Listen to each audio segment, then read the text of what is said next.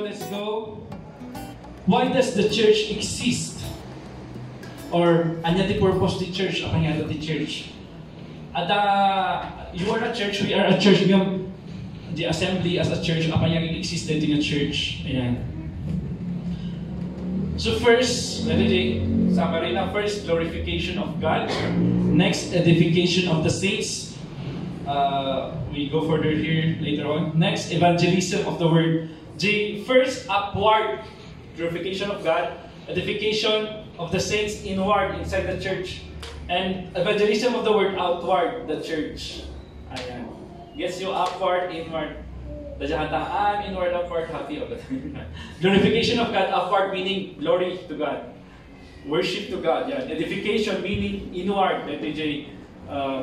Sagsagay sa akin tayo tatlo makakatayo. So, let's go to the first one. Purpose of the church. Number one, glorification of God or the upward, kumbaga. To bring glory, honor, adoration, worship to God. Makita na ito Ephesians 1, verse 11. Basa dito yung verse 11, then verse 12. Basa dito yung verse 12 kaya. In order that we who were first to put our hope in Christ might be for the praise of His glory. Yeah. We give glory as a church. Kadama we glorify God. Glory, glorification of God. Dito bita kasumrap di connection to God, becoming aware of the presence of God. Yan. Take note nga, the church is not about exhibiting, display, but church is experiencing God. Ayan. Adakay may tayo ito'y hangag buya, no di kat in may kat ito'y tapno, we experience God as a corporate, as a church. Kasi you can do that alone, di ba? We need to meet as a corporate. We need to be in the group. Yun. Corporate. So, connection. Yun. Church is not exhibiting. Church is not about exhibiting God, not display kasi, but it is experiencing God. May experience kung God may sakshay. And then, may sapay dito'y glorification of God kasi worshiping church. But hindi ang worshiping church. Kasi kung na Acts 2 verse 47, praising God and enjoying the favor of all the people, ayun, giving praise, honor, worship to Him as a group, as a church, as a corporate, worshiping God. Yun. So kung nabilangan din di Acts, nagkaroon di representation di about the church, about the ministries of the church. So nga, they came together and worship Him.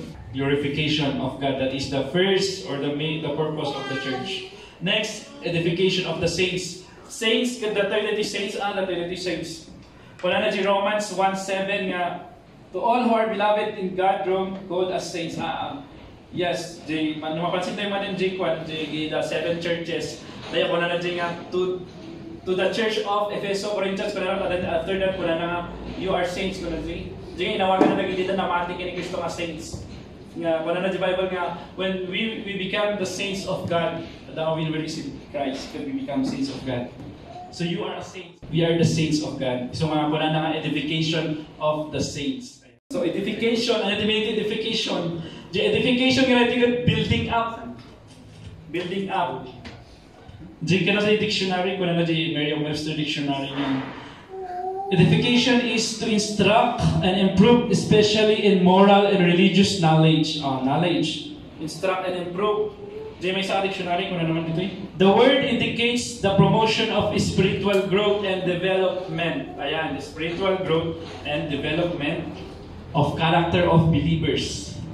By teaching or by example or by suggesting such spiritual progress. Ayan. So edification inside the church, yung agpipinabilig tayo or teaching, the Aramidian discipleship, that is edification. Dahil yung service there, it is an edification. Ayan. Edification. At dati, take note dito yung hanangin baga na edification alone. Hindi corporate group. You can edify yourself. Yes, you can. Alone, you can edify yourself alone. But, di ko na to corporate edification of the church. Kumbaga grupo. Kumbaga dito as a church, as a local church. Ayan. Mutual edification involves helping one another along the road to Christ-likeness. And it requires the participation of all members of the church. Participation ng bawat isa sa atin. Ayan. Kasi, yes, you can say na mabaling ka pa ng may urihan na ka nga church kasi mabaling ka ba niya edify di pagi, mabaling ka ba niya glorify ni God kung may sak. Kabat ko na namin lang sa Bible nga, as a group, as a church, do not, hindi nga verse, diyan tayo nga pa, panag-meeting tayo, iba sa ramdaman din. Do not despise the meeting of the saints, yung mga nandiyan. So we need to meet as a church. Yun, so talaga importante iti Sunday service kanya tayo mga we do not take it for granted. English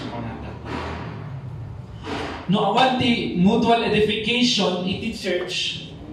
The church can agbaling collection of spiritual weaklings. Weaklings meaning syempre no awanti panagbibilik itong may sakit awan kalatay lang nagbalin baby Christian. So adati teaching, adati preaching, adati correction, kasi na example. Yeah. So makita natin iti Acts 2 verse 42. Ano nagamit dito? They devoted themselves to the apostles' teaching and to the fellowship, to the breaking of bread and to prayer. Baga na Acts 2:42, during the time of the apostles, they devoted themselves the teaching, fellowship, breaking of bread, and prayer. Teaching biblical doctrine, meaning that ito preach the words of God. And then discipleship, ada nang teaching ijay. During prayer meeting, ada nang teaching ijay. Ayan, ada correction, direction, inspiration, Yon. So next, equipping. Under edification, ada equipping mit lang dito nga church. It will equip you to become, it will equip believers in Christ with the tools they need to overcome sin and remain free from the pollution of the world. Next, the fellowship. That is fellowship tayo. Tatang Sunday. Fellowship no Friday, prayer meeting. That is also fellowship. Mabalik lang the fellowship in your, outside the church. Sasabat kayo mga sa church. Fellowship. Nag-coffee kayo. That is fellowship. That is building one another. The breaking of bread, kung na ito the Lord's Supper. The communion. Okay? And next, praying. Under the edification, under the praying nila. So edification, the inside the church, mapabilig itong galmaysa, ag-grow itong galmaysa, ayan. Ngahan tayo stay as a baby Christian, we will mature, magbalitimag nga mature. May study the edification of the church, kung nalang tipig lang we should be a part of a local church. Ayan. Di haka ko na kami ba may maysa. Di ka-adat kailangan nga di kastoy, congregation, di corporate worship. Ada di spiritual family, di maalam tayo ito'y benefits. Ada spiritual family tayo. And then friendship. Friendship, there's friendship inside the church. Next, there's fellowship. Fellowship, this is a fellowship. Naulit ito tayo, fellowship. Di ko na natin, di verse nga ko naktatay about what? The corporate worship, nasa act nito. Hebrews 10, verse 24 to 25. And let us consider how may spur or steer one another on toward love and good deeds, not giving up meeting together. Not giving up meeting together. We are instructed, not giving up meeting together. Not giving up meeting together as some are in the habit of doing, but encouraging one another, and all the more as you say the day approaching. Ayun. Ang pipinabilag dito ng may isang we should not give up meeting together. Ngahan tayo mabaybayan nga maliwayo tayo di Sunday. Very important. We meet as a church. We glorify God. Ang yung baybayan nga ma-absent tayo di how many Sundays. There is a valid reason siguro nakita di ba? Rati valid reason nga kayo. So, no, na talaga valid reason mo, at least amo mo jaramidon nga you pray, then you do things on your ways, but hindi talaga hakamakapan. Yung no, Jay, na dumang Jay, feeling mo ay sumadutak, ay dati alam panak, nakakastoy urahan na importante, ayun. Do not give up the meeting together. Ayan. And then yun, apa natin next? Worship together or corporate. Yan, yun naman kita tayo. We become true worshipers of God. And then may sapay, the church also will strengthen your testimony. Ayan. Strengthen your testimony. Next, discipleship. Under the edification and the discipleship. Yun, DRM din tayo, may sabing gawaga si discipleship. Develop its members spiritually. Di ba? Deepen your prayer life through prayer meetings. Wait lang, mabaling ka ma-exercise. Ito yung nila spiritual gifts. Learning and loving equipping and teaching others. And that is then Great Commission. The last command Jesus gave to His followers before ascending to heaven, the Great Commission, Matthew 28, verse 19 to 20, go ye all to all the nations, preaching, sharing the words of God, and baptizing them in the name of the Father, and of the Son, and of the Holy Spirit. We are all called to do that. Although haan nga jay, mabalik nga hangin direct nga panang share the words of God, mabalik lang babaon jay, panagsasaom, jay panagbiag mo, makita lang hatatsap sa balikan niya, nagbalik ka nga. Nagbalik nga, jay nga wagas kat makapag-share ka through your life, through your testimony. Okay, evangelism of the word. And then under the evangelism of the word, the church kat kalanga may sangay nga representation ng lighthouse. The lighthouse, the baybay, the atindog nga tower, and then the light na injay. Tapos nagkita, the baybay, no, for example, nagkita mapukpukaw. Kat babae, the lighthouse, the silaw, injay kat mabirukan na titalanda kasi tikot the church, may isang representation the church. Yun. Then may sapay, the church also is like an oasis in the desert. The deserto, amo tayo deserto, di ba? Sands. Cactus, stones, nagbudot, and then the oasis. Nagbalik yung oasis, the church, representation of the church, kat lang oasis. Within that oasis, the water, yun, pag inuman, ma-refresh tayo. The aming thirsty, kat aginom, injay, oasis. Kasi the church, may isang representation of the church, nagbalik yung oasis in the desert.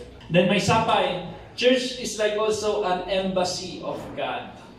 Example, diba, magkita tayo dito yung Pilipinas, embassy ng country, Australia, dito yung Philippines, embassy ng Australia, na other nation. And then ito yung embassy ng Australia, i-represent na J nation nga Australia nga nagapuan na. Yun, represent na within J country nga ayan na. Kasama tayo the church, nagbalit yung kala embassy niya ako Diyos nga, we represent God as a church. Evangelism, reach out kanya na siya. Like an embassy of God. Ayun, embassy of God. Church also under evangelism is God's pillar and foundation of truth. And God's pillar and foundation of truth. Foundation of truth. And then, ano ko na kayo dito may isang nakawagas. Hindi ko na James 1:27 basa ako dito. Religion that God our Father accepts as pure and faultless is this: to look after the orphans and widows in distress, and to keep oneself from being polluted by the word. Ayan. Di pa nang tulong mit lang di kumbaga charity works, ganun. May sami lang awagas nga aramidan tayo as a church, kasi charity works. Di pa nang tulong tayo nga nagkitita man nagkasakulan. Ayun. Ministering to those in need. Di ko na nandiyan. On fire, in touching people's need through mission. Become like that. Di ko na natin James 1:27. Ministering to those in need. Hanlang nga dyan pa ng share the gospel, hanlang nga dyan pa ng preach kini Jesus Christ. No di ka pa ng tulong din kanya dahil nagigiti kasapulan niya siya. Ministering through physical needs, physical needs, food, clothing, shelter as necessary and appropriate. That is ministering as a church. Note, very important also that we should know church is founded by Christ, by Jesus Christ. Christ is the head and we are His body. We are the church as a body. Christ is the head. And Christ loved the church. Ayun, Christ loved the church. So yun, I hope na message at atin yung mensahe about the church. So this is the end. So once again, you are a church. She is a church. He is a church. I am a church. We are a church, and the universal church all over the world. We are a church of God, and we agbalin tayo mga lighthouse, agbalin tayo mga salt and a light, agbalin tayo mga oasis, agbalin tayo mga embassy of God. Yun. So let's pray.